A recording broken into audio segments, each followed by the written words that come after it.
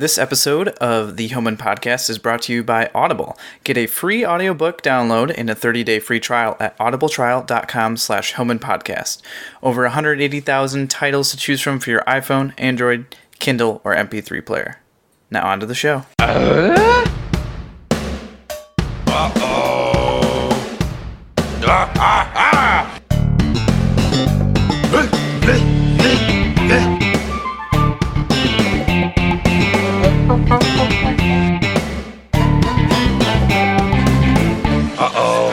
Does everybody know what time it is? Homan Podcast time! That's right. Binford Tools is proud to present the Home Improvement Podcast. My name is Adam, and you all know my co-host, Jordan. Jordan, how are you this afternoon?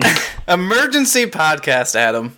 Emergency. Yeah. This is... I like the idea that we would ever have to have an emergency podcast, but... As if there's anything that... The only thing that could happen that would necessitate an emergency podcast would be they announce a... Reunion? Revival. Yeah, reunion. Which...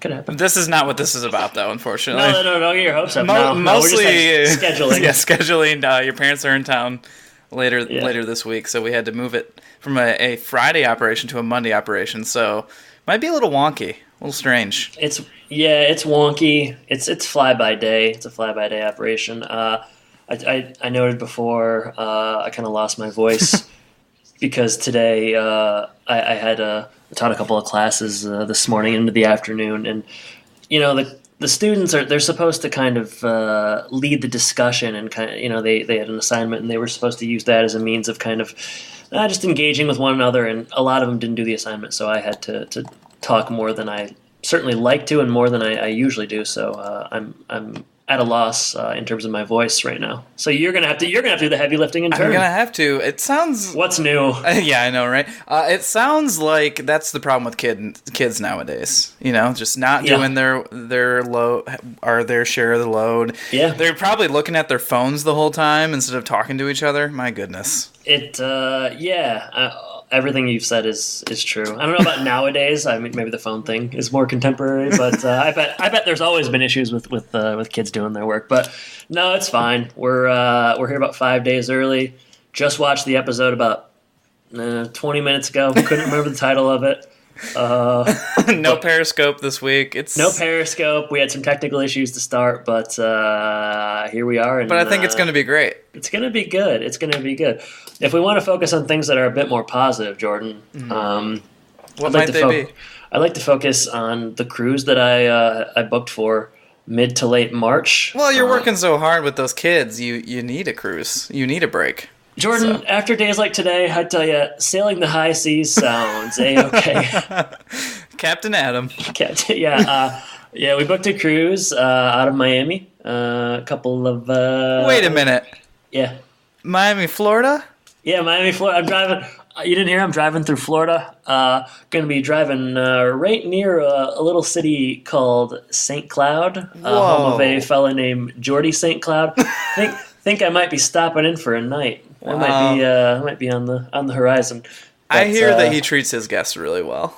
I'll find out. Yeah, I'll find out. No, it'll be the first time I think I've seen you. We've only seen each other once since the podcast started, and it was for about an hour. Shows on air, doesn't it? Yeah, that's true. Yeah. So it'll be nice driving. Yeah, we're driving down, and we'll go right by you, and I'll be excited to do a live recording. No, I don't know if we'll do that or not, but...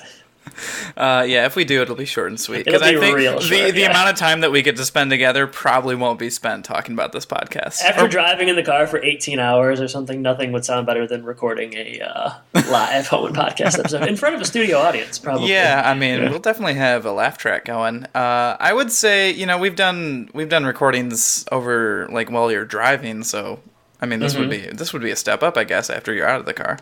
I don't think we've ever done that for this podcast. No, for our friends. Other the fact endeavor. That we have two podcasts. Our now defunct endeavor. But Jordan, that's big news. I booked the cruise specifically so I could come see you. So that's nice. You could it was a roundabout way to come see you. It seems like you could have just bought tickets to Orlando, but that's all right. Is this your first cruise that you've ever been on?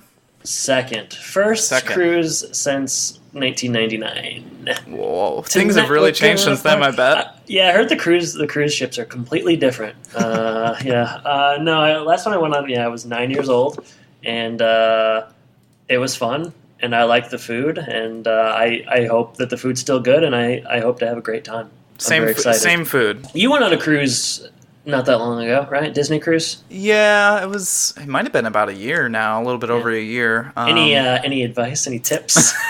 Advice or tips? Yeah.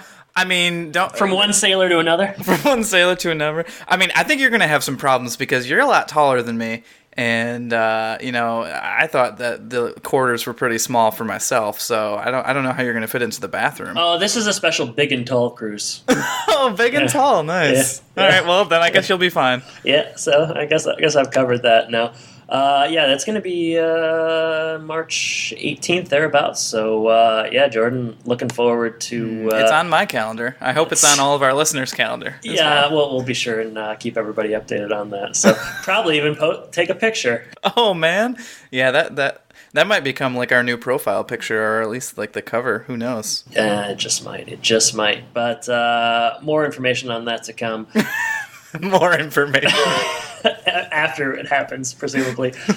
Jordan, we have an episode that we're obligated to discuss, and that episode is it's called "Don't Tell Momma." Don't tell Mama. No, you better not. Don't tell her.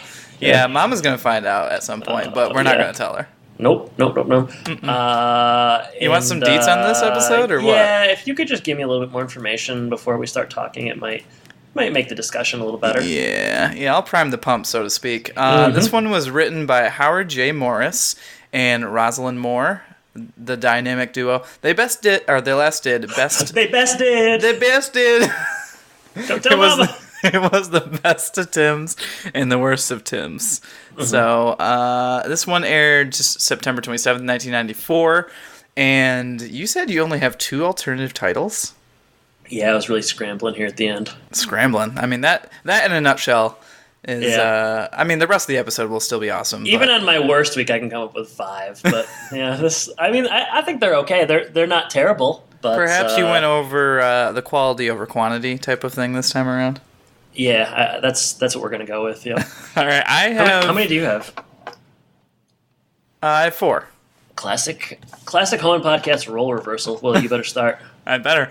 All right, I'm going to start with Jill's classic Beamer. It's a good one, yeah. I definitely tried to do something with Beam. Couldn't make it work. All right, my first one is, it's a bird, it's a crane. Oh, I like it. I'm a big Superman fan, so. Yeah, you remember when you used to make everybody call you Superman when we were in school? Yeah, we were all really cool like that. There was like a whole Justice League. I mean, Superman, Batman. And that was before, all these big movies, you guys were really ahead of the time. We were ahead of the time. The funny thing about that was then I started, we were teenagers at that point, and then I started getting things my parents wanted to be very nice and get Superman themed things. So they would get me Superman sheets for my bed and pajamas, stuff that you would get a 8-year-old. Yeah, but you were 16, 17. Yeah, so I was like, what do I do with this? So Mom, if you're listening, I appreciated the gift. I didn't quite know what to do with it. Yeah, but right. They made it to the bed anyway. This is my confession. All right, my second title is Station Dragon. That's good too. Yeah, that's really good. All right, and just to confirm, it's not a dragon like a mythical creature. Yeah, you better do another one. Yeah, DARGGN apostrophe. IN apostrophe. No, just N. Dragon. All right, another one. I have 2 crane ones coming up, so my worst of the 2. Crane Brain. Yeah, that is. But I don't know the other one, so I can't say if it's the worst of the 2. But it's not very good. They're both bad. This is my last one. It's a singing one. Little red nomad, baby, you're much too smashed. I don't even know what song that is. Little red Corvette. Oh. It's a Prince song, Jordan. He's an icon. Maybe is he? Turn on the radio. Who's Prince? Yeah. Prince Charles? Fresh Prince. Okay, that makes more sense. 90s related. Crane Scratch Fever. What? Can you explain it? Sure. Is it like, are you playing on Cat Scratch? Yeah. Well, there's a scratch on the car, and and then there's a crane instead of a cat. So that's all I got. You started off hot. I think maybe you could have just settled with 2 as well, but somebody had to pull up the baggage there, so that was me. All right, you got some additional information for us? Maybe a synopsis? Plot synopsis. This one written by Anonymous. Tim, I know, so get ready. You know how I feel about that. I know. Tim accidentally crushes Jill's car. Well, I like accidentally crushes. Jill's car while operating a crane in a Tool Time segment and has to figure out how to keep her from finding out. That's good. Pretty good, Jordan, Anonymous. I'm sorry, I'm a little bit distracted because I clicked on something and I feel as though it's kismet. So I clicked on plot keyword construction crane, and you'll never guess. The first thing to come up is something that is kind of a film that we saw together and have talked a lot about over the years. And instead of having you guess, I'll just tell you it's Spider-Man 3. Oh, man. The I thought you were going to say the Men Who Stare at Goats, but... but I guess not. 2009, college. Adam and Jordan go to Kalamazoo movie theater and are the only people to have ever seen The Men Who Stare at Goats. Oh, man. No, the number one thing for film to come up for construction crane keyword is Spider-Man 3. That's hilarious, which is the best Spider-Man film of all the Yeah, I know you've already posted like the GIF of this, but I think you should post it again, just because you can never get enough of it. It's so bad. And then Nerve, which is not a very good... Well, we can go on and on and on, but the fact that Spider-Man 3 was first, that is... I think it's a good sign. That's pretty much our life in a nutshell. This episode. Yeah, it's a good sign. I'd say. Peter Parker scatting about town. Ooh, yeah. Cat scratch fever. Yeah, crane scratch. Peter. See? It makes more sense now. Indeed, all right. All right, let's open on Tool Time. We've got some hard hats. The Timbo hard hat is back. We've got the cranes. They're talking about cranes. And then there's some model cranes. Turns out Al had an old gig as a crane operator. And then as a youngster, he built model cranes. So he's always known that he liked cranes. And so Al brought in some of his best work. There's some popsicle cranes. There's some Lego cranes. Some fancier cranes. I don't know what they're made out of. I mean, one of them you can, like... raise and lower the... It's like almost a model. Like a model train, model plane, model crane. Yeah, it's pretty baller. Yeah, definitely really cool. Definitely baller. That's how I would categorize it. Do you remember in second grade, I think you might have done this too, although we were at different elementary schools, we built like a Lego thing in second grade. We had to build some sort of structure out of Legos as a school project. I was at Seiple, which was out in the country, so we were just like learning about like subsistence farming. Oh, okay. And like more country things. Like, we were like wearing coonskin caps and just sort of you were kind of things like that. Coonskin caps. Yeah. Oh boy. Yeah. Well, my great memory of that. Guess what I built? Me and Ron Noble were a team. Yeah. And what do you think we built as a team? You were building. I don't know that I really heard the first part. You were building. Everyone had to build some sort of structure, or I don't know if it was a structure or business or something. I bet you built something related to athletics, like something that would relate to sports in some vague way. Boy, you'd be wrong. No. We built the best darn hotel in second grade. Oh man, talk about that's a really cool assignment. Yeah, we didn't out at Seiple. We just didn't do things like that. We were you couldn't afford the Legos. No, we couldn't afford it. Most of us just kind of hitchhiked to school or walked in many cases, and then when we got there, there just wasn't. It was rough. I'm sorry I brought that up. I didn't mean to like have you relive those memories. Yeah, it's tough. It was tough. Yeah, it was just way out there in the country. I'll get back into the episode because this is just so sad. Well, also this scene's going to be sad in just a moment. It is sad. Now the popsicle stick thing, that's like something we would have done at Seiple. The only tool we had was popsicle sticks. We just kind of, every class would sort of involve some sort of popsicle stick project. Science, math. You guys had to build it was difficult with English to make it work with popsicle sticks, but we would just write. You had to make your letters in popsicle sticks. You had to build cubbies to put your stuff in. Popsicle sticks. That's rough. Mm-hmm. Wow. Yep. So the next episode of Tool Time, they're kind of setting this up. They're going to be on location. There's going to be a crane and action, and they want to work out the hand signals. So Al goes over and gives the hand signals. Tim, his reaction to them is like dancing and not taking it serious. Mm-hmm. And, his hands kind of get out of control, and they break the popsicle stick. Yeah, well, Al had built like a special popsicle stick. That was when he was youngest, and he was most proud of that one. Yeah, which he has had since he's 12, and so presumably like 25 years. And, he just should have known better than to bring that to the Tool Time set, Yeah, if it wasn't going to be broken by his hands, it was going to be incinerated. So he count himself lucky he could put it back together. Yeah, that's true, yeah. And that's the opening scene. It effectively establishes what will come. So I guess that's about as much as you can ask for out of an opening scene. Yeah, I would say better than a lot of the other ones we've seen in the past. So agreed. Next scene, there must be some kind of a time jump here or something, because last episode Jill had just kind of decided that she was going to go to school, and now she's already enrolled and has a test and taking classes and has a test coming up. So I depending on the school, they could have a quick turnaround in terms of like accepting new students, but this is very fast. Very fast. You would think they would at least make it like she's studying for ACTs or SATs or something. Right? But yeah. Nah. She's in school. She's got a test tomorrow, so she's very nervous. And it's not even like a prereq or anything. Like she's immediately taking psych classes. Like she's it's a big one. This is Psych 101.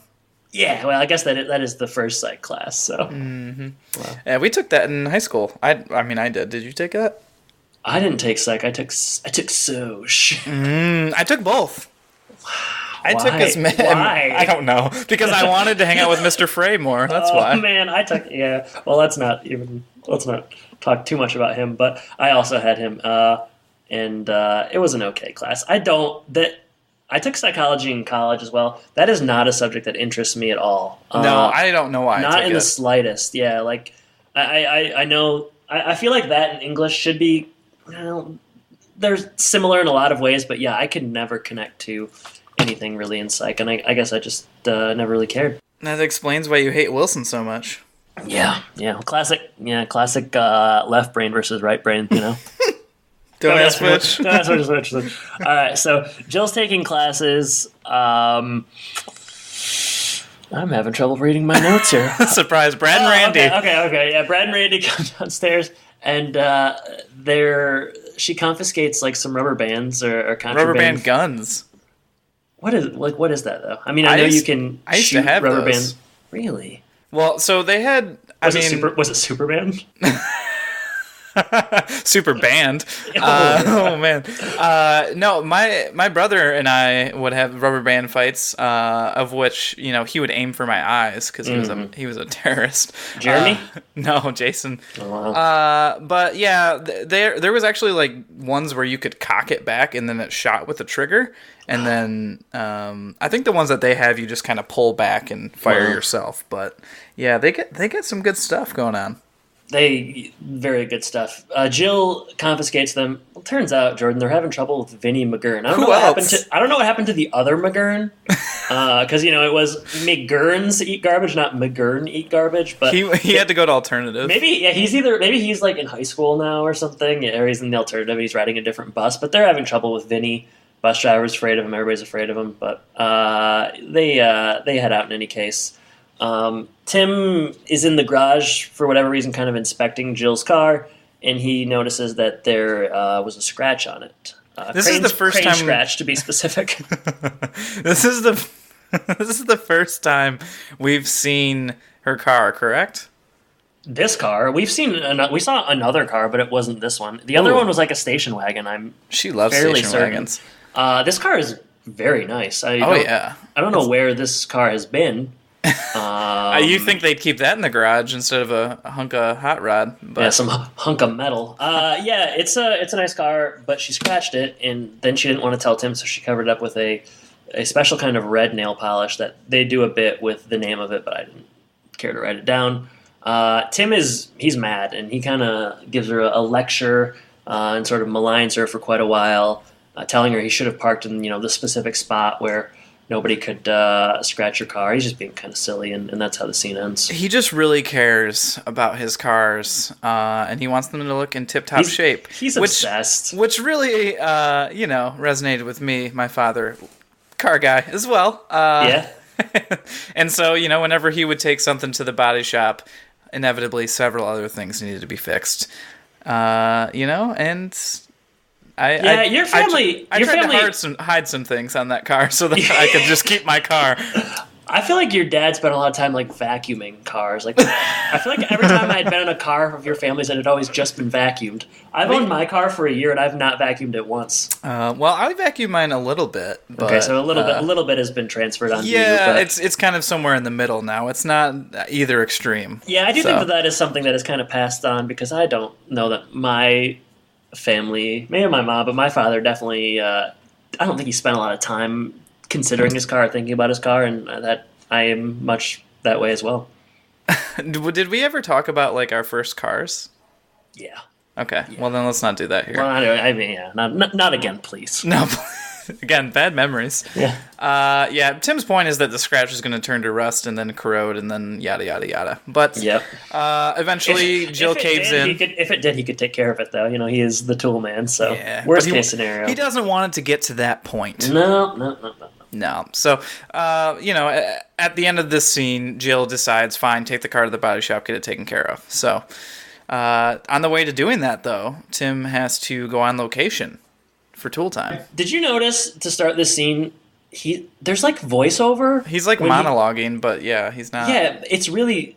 But they've never done that on this show before. It's very strange. It's like a voiceover while he's driving the car, and he says something like... I don't know. He's basically he basically says, "I told her not to do that." But this is a classic. Yeah, wasn't it very strange? It was jarring. Really it didn't add anything.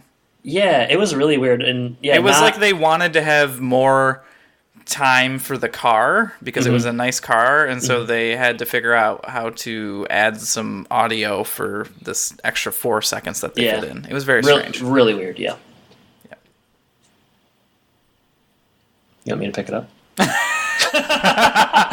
We both just kind of decided, well, all right.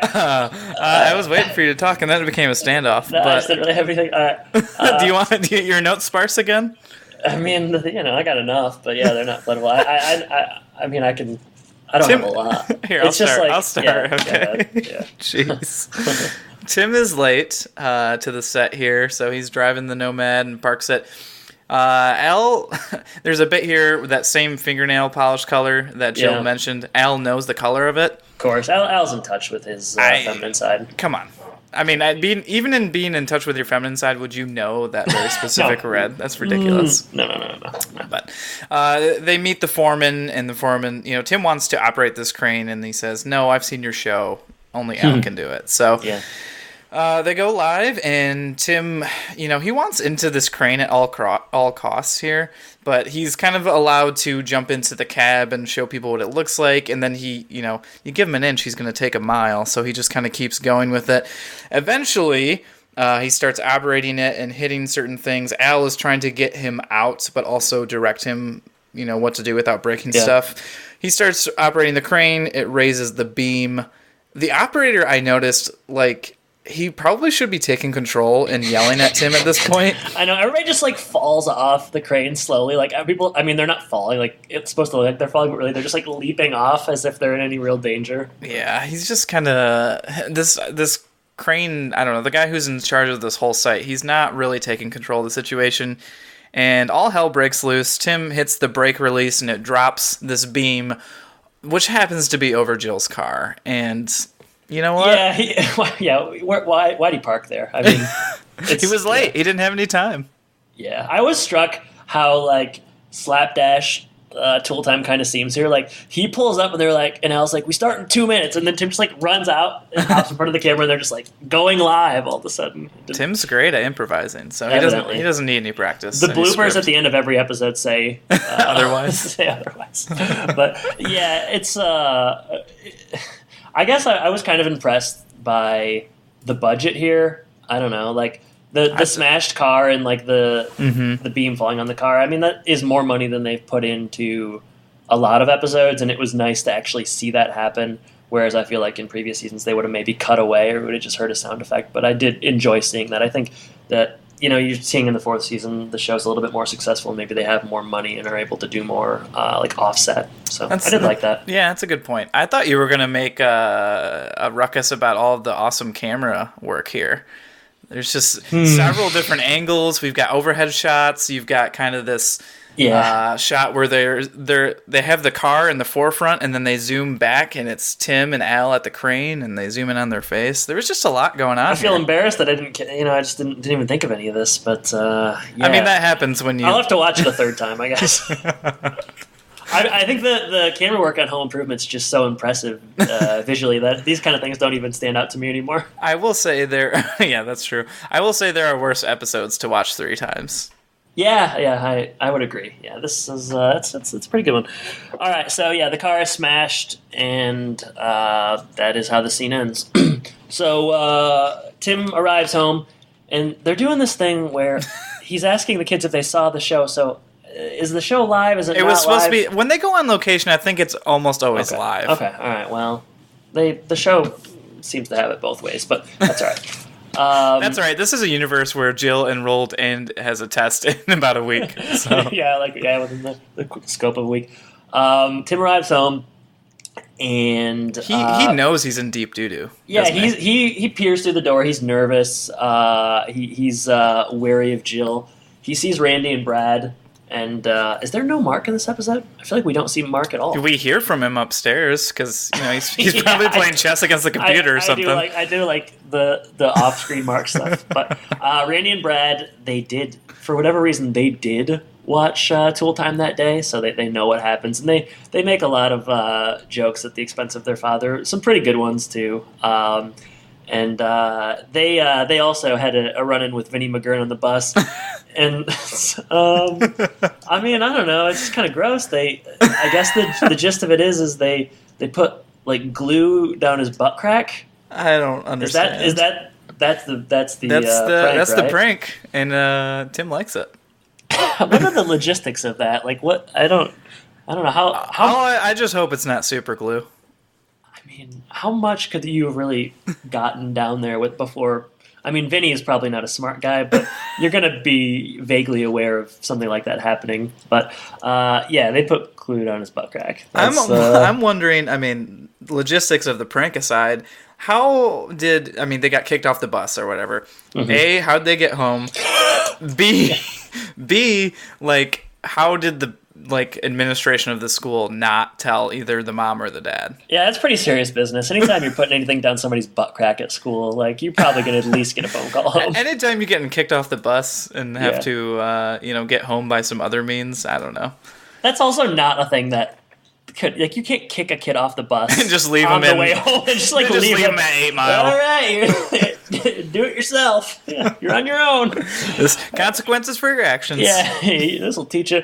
But they tell their father that, and he wants to punish them, but because they know what they know, and Jill is she's just entered, he kind of has to negotiate with them, and they're going to hold it over his head, and he cannot mention the butt crack bit at all. So that's essentially it. They kind of run off, and Tim goes inside and talks to Jill, and he has opportunities to maybe tell her, but he doesn't really want to because she's kind of come around on the whole thing. Like, she almost at this point maybe kind of thinks that he was right and she was wrong, or that she was sort of at fault. And that's it. Well, and he's doing his best not to actually lie in this scenario. Yeah. So, like, she'll ask, where, is the car at the body shop? And he'll say, yeah. And so he's technically telling the truth, but he's omitting some important information here. Yeah. So, and then Randy makes a really, really funny joke about she asks how the show went because she didn't see it. Yeah. And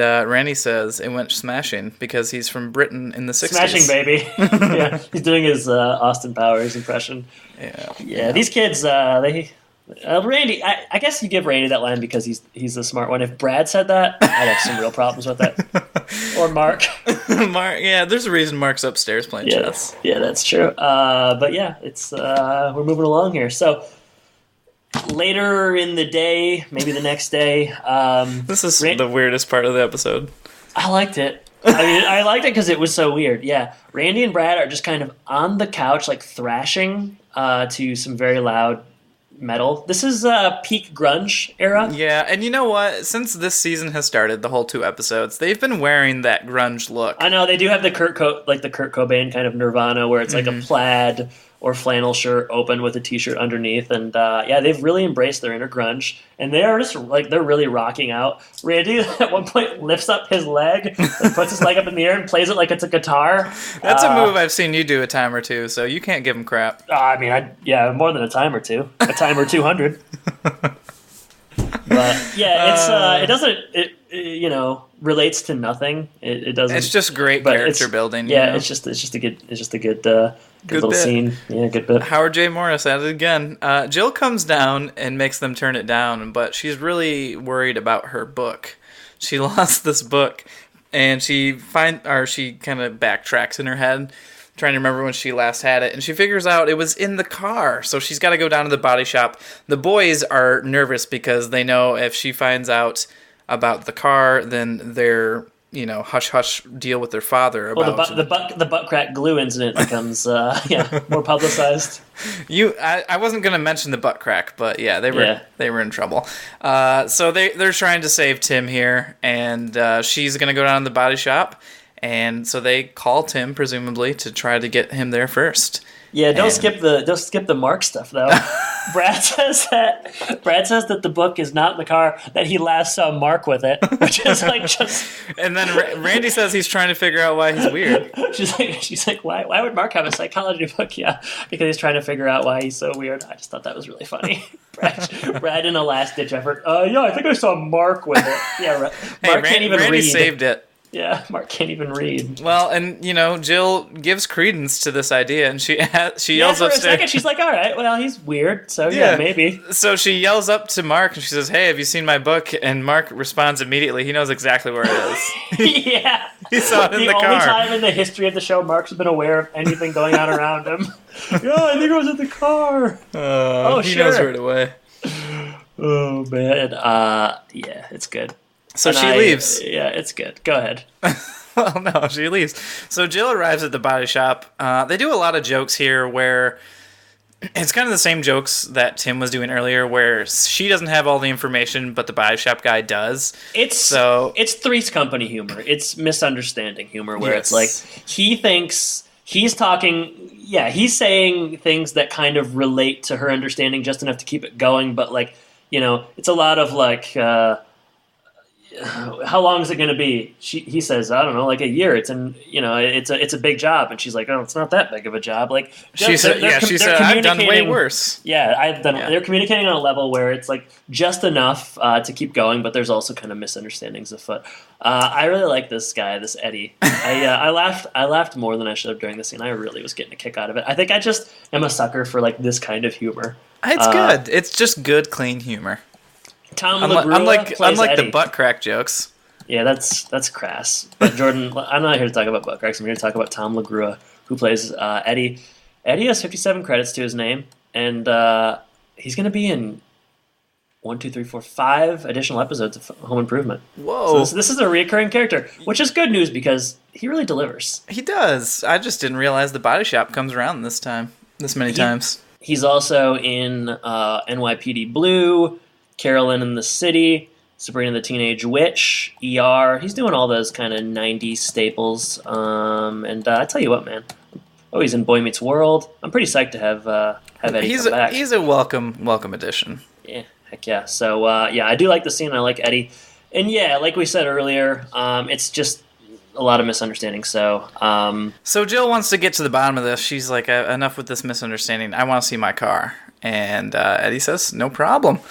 And brings her into the garage, and she is devastated. The car is destroyed. It's got, the beam imprint down the middle of it. It looks like a hot dog, she says. And Tim comes in roughly the same time. I guess before Eddie saw where the book was, so Jill is going to get the book, retrieve it. And Tim comes in, and he tries to explain to Eddie, hey, I need to get the book out of this car so I don't get in trouble. Eddie's not really helping him that much because then Jill pops up and she's got the book and it looks like the shifter is in it, maybe some sort of something is stuck in it. Yeah, something's stuck in it.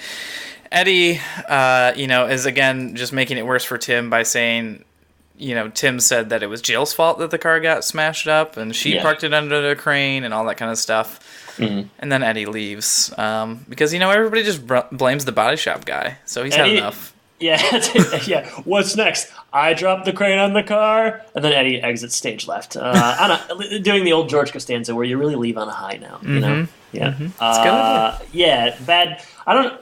How did Tim think he was going to get away with this for a year? Yeah, how do you think he was going to get away with it for a year? How did he think? Did he think Jill was going to stop somewhere before she went there? I don't know how he thought. He drives fast. Also, how many cars do the Taylors own? Yeah, I don't know. Was she going to rent a car for a year?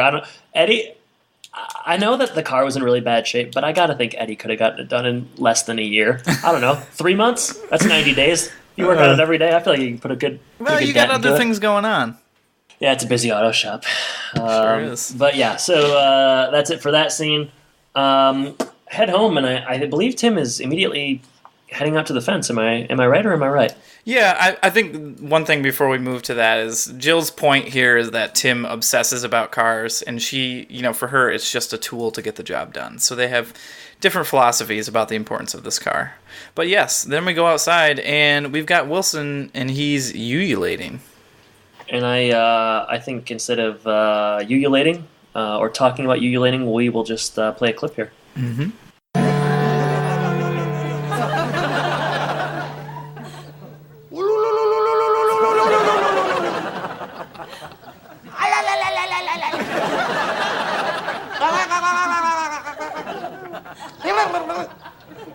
Wilson, swallow a pigeon? No, Tim, I'm ululating. I didn't know men could do that. No, Tim. Ululating is a Middle Eastern custom expressing joy and sorrow. What are you expressing now? Sorrow, because I can't ululate. You want sorrow? I'll give it to you. Jill's car had an unfortunate accident. Really? What happened? Let's just say it involves a 3-ton beam, a crane, and me. Say no more. It started with such a simple idea. Just wanted to fix this little scratch in her car. Bada boom, bing, things dropping, and now she's in there calling me. Says I'm obsessive. Well, were you obsessive? She doesn't know what it takes to make a great finish on a car. That's all it is, There's 2 or 3 coats of acrylic lacquer, followed by a color sand in between each coat. You got to put 2 coats of base clear on there. 17 hours of me sanding that thing. It's got to air dry for a couple weeks just to get the image right. You pound it down with some wax, you bring it up to shine, you buff it out. Baby, you can see yourself in that thing. Tim, do you know what obsessive means? I just wanted her paint to be perfect. And there's nothing wrong with that. Don't tell me anything like that. Well, what's wrong with it is Jill's inside not talking to you, and you're out here talking to me. Yeah, that is a little problem with that, Dad. Tim, there's an old folk saying, obsessions are like fire and water, good servants, but bad masters. See, the point is, do you rule your obsession, or does your obsession rule you? Between you and me, I don't think she knows how deep my love affair with cars really goes. What do you mean? When we were dating, we go to the drive-in, and she thought we were going there to make out. Actually, I was going there to check out the other cars. That would get me excited, then we'd make out. Tim, I'm going to keep this under my hat. This is a longer scene, but the gist of it is Wilson says that, maybe Tim is obsessive about cars. And Tim says, well, there's nothing wrong with being obsessive, nothing wrong with wanting things to be perfect. But Wilson says obsession is like fire and water. And Jordan, how is it like fire and water? It tastes good and it heats your food up? Yeah. No, how else? It makes a better servant than a master. Indeed. So Wilson says, do you rule your obsession, or does your obsession rule you? And I'm thinking, we've heard something very close to this before. No doubt we have. Yeah, we've heard this exact advice before. which I think, we have to, before we go any further, talk about Tim's arousal at the drive-in. Oh my gosh. We need to sound the alarm, Jordan, because we have to do our... Time to get out your Wilsometers, our everybody. once weekly Wilsometer reading. So, Jordan, scale of, I believe we said 0 to 100 in terms of temp. What do you give this Wilsometer reading this week? It's certainly a little bit balmier than last week, I would say. Pushing probably upwards of 80 degrees. Wow. My only problem is that he doesn't address any sort of, like the lying issues that Tim is having, trying to keep things from his wife. But yeah, he is obsessive, and he lets it, control how he feels about other humans, and that's a problem. So, what about you, fellow meteorologist? What are your thoughts? All right, I just gotta grab my thermometer here. All right. So it looks like my reading, Jordan, is it's 50 degrees. And, Ooh, a little bit chillier on your side of the woods. Yeah, it's a little bit chillier. On your side of the fence, I should say. Either way, it doesn't much matter. The Wilsometer, it reads 50 because I'm certain that if I were to go back and watch an episode, I would have heard the "Does your obsession rule you, or do you rule your obsession?" I think it was in regards to the football Chez Pierre episode in season 1. I think he says almost the exact same advice regarding football as he does with cars. And it's not so much that Tim is obsessed with cars; it's more that he's lying or trying to hide this mistake that he made, which is the actual problem, and Wilson doesn't address that. So yeah, it's a 50 degrees for me this week, and that's our weekly reading on the Wilsometer. Great segment. Can't wait to keep it going for all season 4. Oh, jeez. All right. Sorry. Wait. I gotta put it back. Sorry. Okay. Yeah. Right, take your time. Take your time.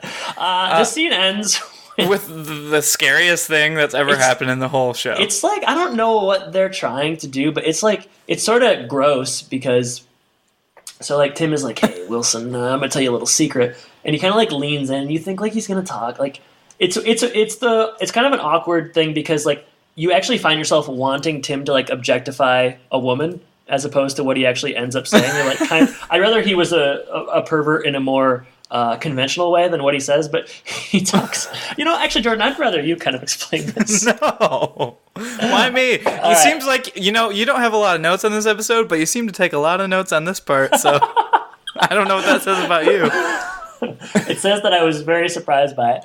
All right, so basically the gist of it is Tim says, they're talking about being obsessed with cars, and Tim's like, yeah, back when we were younger, I used to take Jill to the drive-in, and, she thought I would take her there to make out. But really what I wanted to do is I wanted to see the other cars, and then that would get me excited, and then we'd make out. So basically, cars are his foreplay.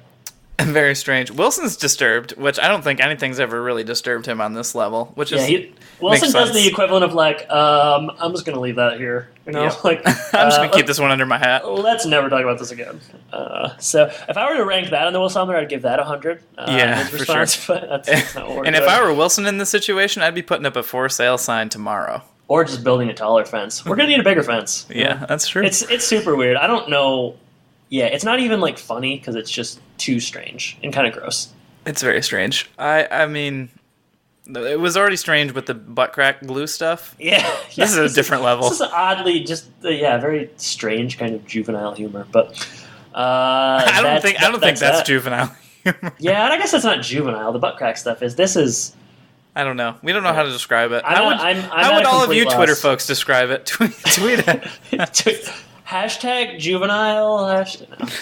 All right, moving on. Yeah, Tim comes inside after this conversation. Maybe a little aroused. I'm not sure. Yeah, but I tell you Jill, what, he was ready to go. He was ready to go.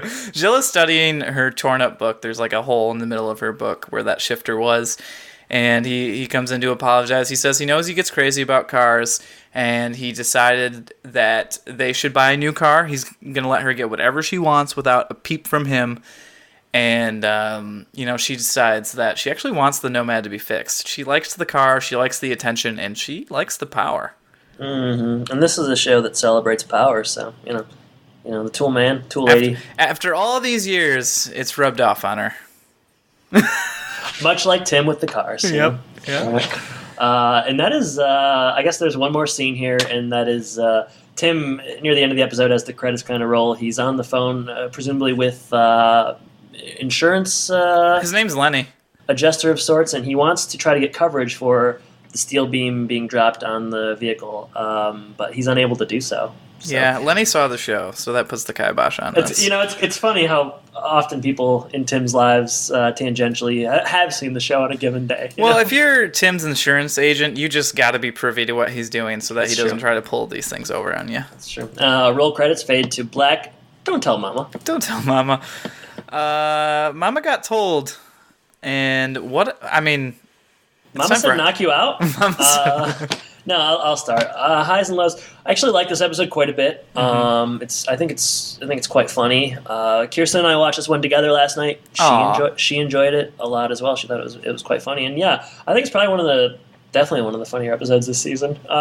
No, one of the funniest episodes. Yeah, one of the funniest episodes we've seen in a while. I laughed a lot. I think I like the general structure. I think it's a good idea for an episode. I really got a lot out of the scene at the auto shop with Eddie and Jill and kind of the misunderstanding. Tim kind of sneaking around and being afraid of Jill was good, and even the stuff with Brad and Randy and the McGurn, Vinnie McGurn was good. Yeah, I laughed a lot. I think it was a good idea for an episode. Lows, I mean the sexuality with the car is weird, and then the butt crack prank is also just kind of strange. So just like two kind of awkward sort of jokes, but there are a lot more jokes that work in this one than don't. So yeah, I think it's a good episode. Yeah, I mean, I echo a lot of things you said. I'm a sucker for the McGurns. Anytime they're in there, it seems to be a good episode for one reason or another. We only got Vinny, so we'll have to figure out what's going on with the other one. What was the other McGurn's name? Do you remember? I don't know. Was it Matt? I don't know. No, it seems kind of boring. Matt McGurn. Vinny and Jimmy. Yeah, probably. Yeah. Probably. Tim avoiding telling Jill. The cold open was pretty good. Like you said, you made a good point about just like the improved budget and actually staying on a scene where something big happens instead of having some weird sound effect or weird graphic or some weird transition that we've seen a couple so of much. car parts just are thrown at the camera. That's what you get. Yeah, we've seen that one too many times. So yeah. So overall, just enjoyed it. Didn't mind watching it twice at all. And besides the very strange drive-in arousal story where we might have to keep an eye on Tim going forward. Yeah, he spends a lot of time out in that garage alone, so I'm beginning to kind of wonder what he's doing. I'm worried. Out there, I'm a little worried. So other than that, just a good episode. Really enjoyed it. Definitely the best of season 2. So season 4 is the best so episode far. of season 4, bar none.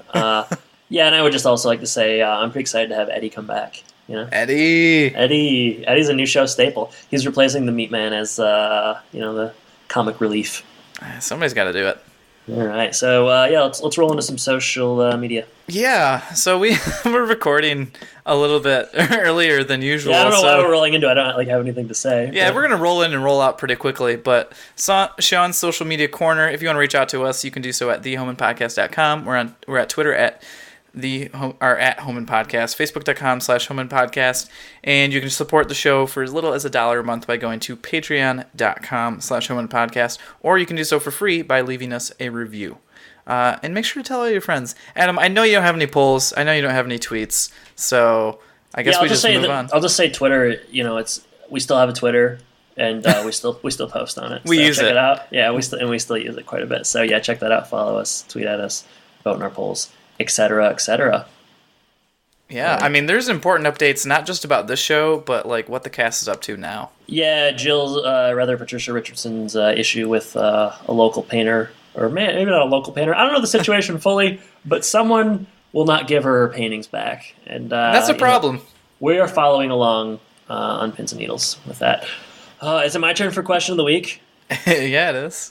Oh man, Jordan, I went to our staple 101 fun and interesting questions. It's been a while. Your boring gatherings, and even that wasn't to my liking. So I'm just going to kind of use that as inspiration. So, Jordan, this is a question that I have been posing in my classes as a warm up question the last week or so. If you could visit anywhere, any state or location in the continental U.S. that you haven't been to before, where would you go and what would you do? So anywhere, continental 48. a state you haven't been to, where would you like to go? I'll start because I happen to have an answer. Great. Jordan, I find myself very interested. There's 2 locations that come to mind. I would very much like to visit New Orleans specifically. I'd like to go down to Bourbon Street and have the food, enjoy the drinks, and just kind of be a part of the culture. I think that would be very interesting. And then a little bit less specific, I would like to visit the state of Maine.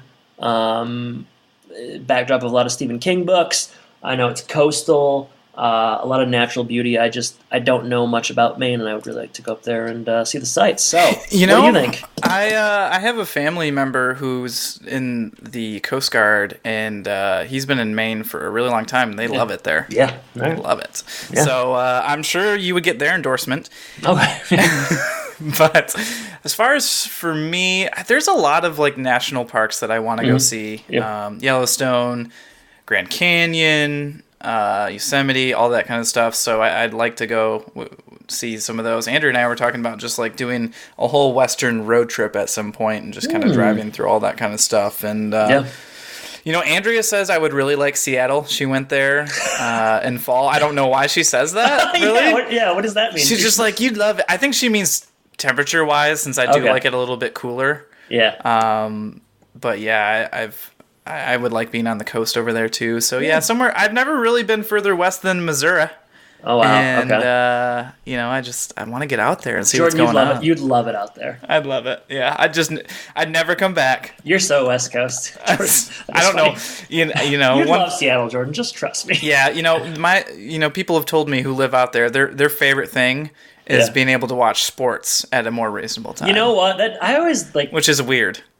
Yeah, and I'm an hour earlier here in Illinois, and even like starting like watching football at noon versus watching football at 1, it actually is exciting. But I don't know about like watching at the NFL at 10 in the morning. I feel like that would be tough to get used to. No, I don't. Or any sport, but I feel like football is like the one. Yeah, that I think the nighttime ones, when you have like the Super Bowl starting at 8:30 or 9 or stuff like that, would be better. But yeah, the early kickoff for football, no thanks. That's whack. But all right, so Jordan's going west, and I'm going far east. Yeah, south or far east. But really interesting question. I think this perked up our boring gathering. It sure did. If you really want to go get like a taste of what New Orleans is like, I think you're really close to that Pheasant Run resort, and they have Jordan, you think I haven't been to Pheasant Run and walked around on the faux Bourbon Street that is like a half a mile from where I live? So is that what inspires you? Yeah, I think. Well, I went there. I was like, "This is good, but this cannot be as good as the real thing." So I got to get down there.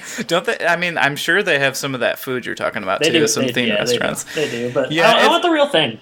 One of the weirdest things of our lives is the coincidences for like Spider-Man 3. Yeah. And the fact that we've both been to the Pheasant Run. Yeah, the fact resort. that you have visited, a local kind of.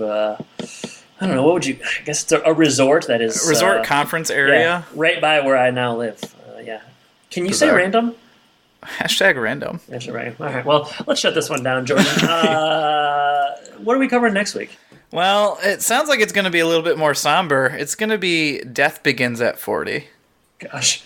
John Binford, the ghost of... He returns. There's nothing more fun than when Tim kind of considers his own morality once a season. It looks like that's what we're going to get. You know what? Something I did see on like the little DVD preview, thumbnail preview, it looks like they might go to the hardware store. You know what? I think this is, I think you're right. I think this is maybe the first Benny, hardware store Benny appearance. So maybe not as somber. We'll see. It's hard to say. Yeah, maybe a little bit of both. But is this going to be? You think they're going to reference Benny getting like washed in the man's kitchen? He died and came back. Yeah, seriously. Yeah, that's why. That's why it's a morality episode. But all right, yeah. Thank you for joining us this week, Jordan. Thank you for joining me as well. Listeners, thank you for listening. And I guess I should say, take care. Go read your Will Saunders. Take care, everybody.